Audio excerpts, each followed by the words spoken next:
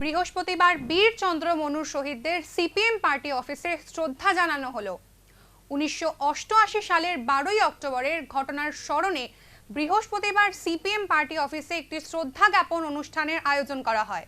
এই অনুষ্ঠানে উপস্থিত ছিলেন সিপিএম রাজ্য কমিটির সদস্য পবিত্র কর সহ অন্যান্য নেতৃত্বরা।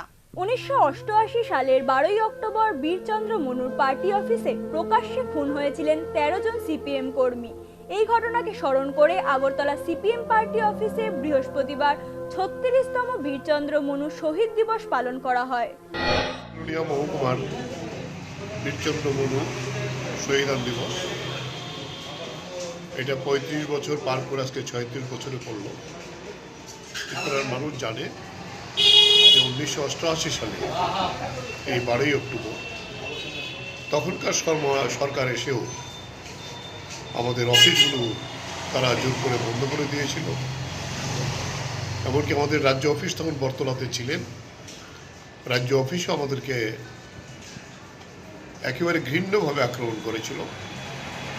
শেষ পর্যন্ত বলবো যে কেন্দ্রীয় স্বরাষ্ট্রমন্ত্রীকে টেলিফোন করে আমরা সেখানে রক্ষা পেয়েছি। 13 জন শহীদের স্মরণ অনুষ্ঠানে দলের রাজ্য দফতরের জনা 15 কর্মী ছাড়া বিশেষ কারোর উপস্থিতি চোখে পড়েনি। আর নেতাদের মধ্যে উপস্থিত ছিলেন দলের কেন্দ্রীয় কমিটির সদস্য পবিত্র কর। Bureau report, news now.